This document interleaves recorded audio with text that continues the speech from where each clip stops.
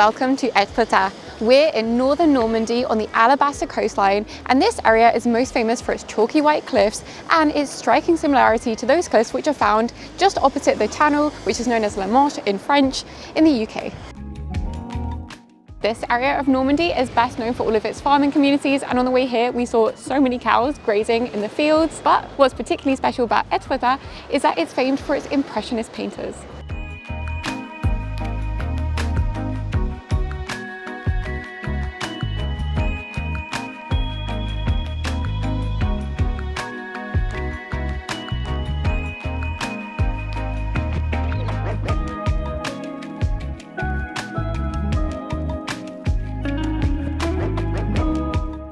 Some legends suggest that this town was founded as far back as the Vikings. However, no one is quite sure if that's actually true. What is sure is that Étretat became particularly popular during the 19th century thanks to newfound transport links such as trains from Paris. It was a really popular resort and became truly immortalized at the end of the 19th century when artists such as Monet painted Les Falaises d'Étretat.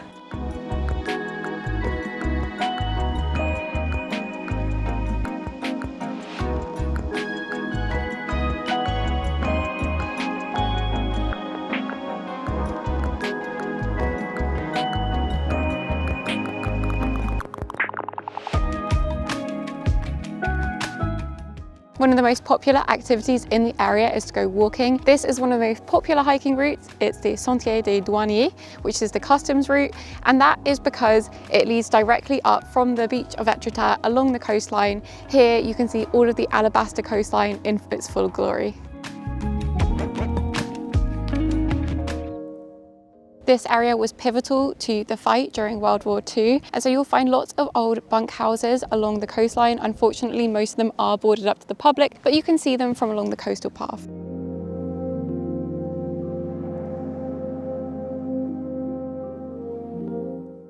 Because this is an ever-changing coastline, there's a risk that when you come, some parts that we're showing you today will be closed off to the public, such as this place. When I came here a few years ago, we could walk right down the cliff face, and now you can't.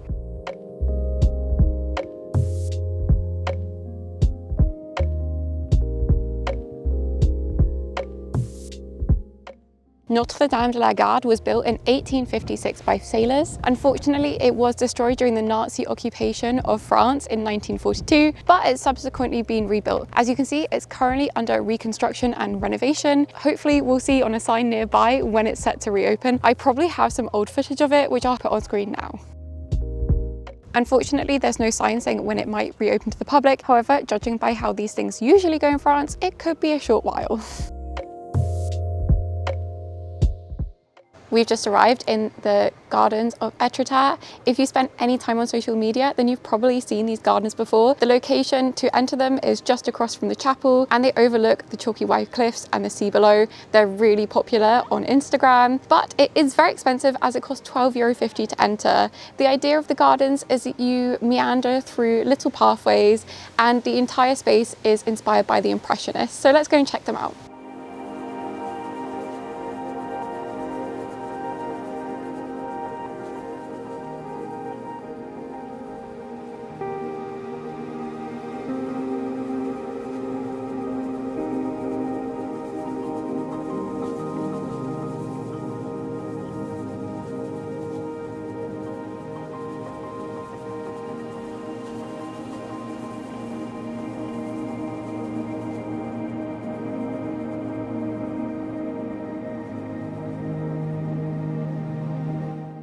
This garden is also home to a boutique where you can buy very upmarket souvenirs, a cafe where you can get light refreshments, lots of sculptures, but overall, is it worth the price? It depends. If you really love gardens, then yes. If not, I'd give it a miss.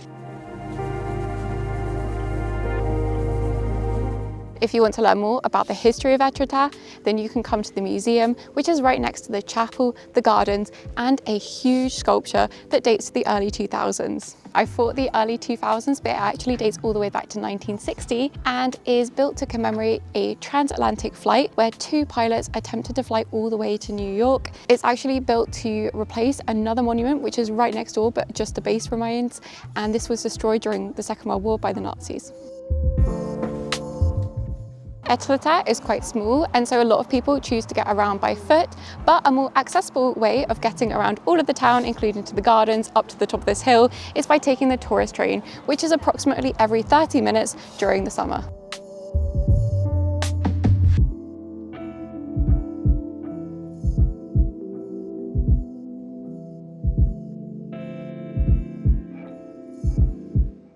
One of the most important things to note about Étretat is that even though it's a beach town, this area was never about the beach. Back in the 19th century, it was a resort town where you came to be seen and where the impressionists came to paint. Today, it's still not an ideal place for swimming due to two reasons. Firstly, this is a pebble beach. It's really uncomfortable to walk on, to sunbathe. It's not really ideal. And the other thing is that the sea here is really steep.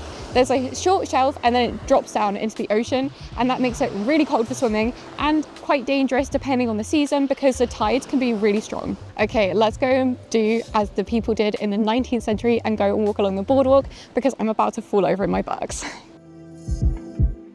We'll take you to the cliffs the other side of Etretat, where we'll get a completely different view, and then we'll take you around the town.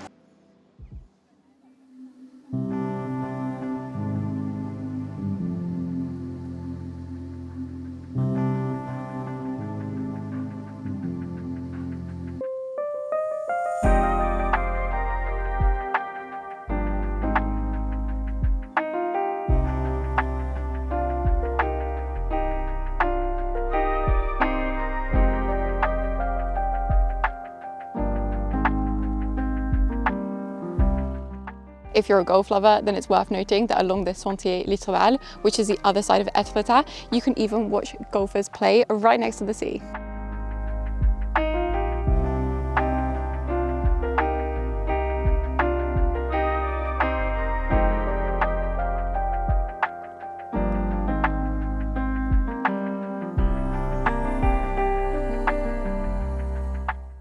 I didn't mention this earlier, but there's actually two large natural stone arches at Étretat, and the only way you can see the other one is if you climb to the top of the cliff. This one is completely inaccessible to pedestrians, like people walking along the beach, and so it makes it particularly special for photos because there's no one in it.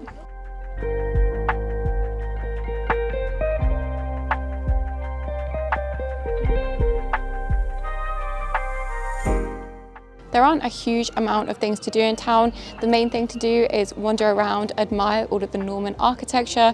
There are lots of different cafes and restaurants here, but one particular point of interest is the old market. Now, as its name suggests, this was once a market. It has now been turned into a souvenir shop.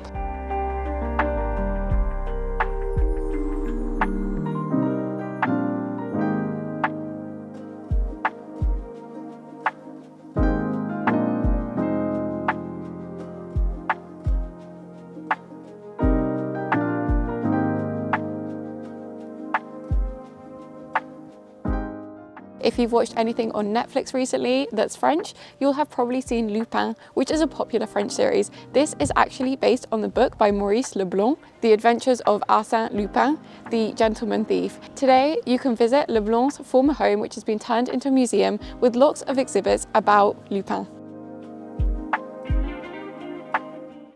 Of course, you can't head to Normandy without sampling the local cuisine. Though many claim that this dish comes from Brittany, it's also popular in Normandy, and that is the galette, i.e. a savoury buckwheat pancake that you can get all sorts of fillings in, such as ham, cheese, mushrooms, and eggs. You get the picture. It's then customary to finish your meal with a sweet crepe, which is filled with caramel.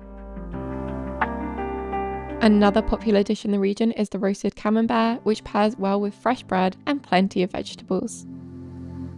Thank you so much for watching, and don't forget to like and subscribe for more France content. See you next time.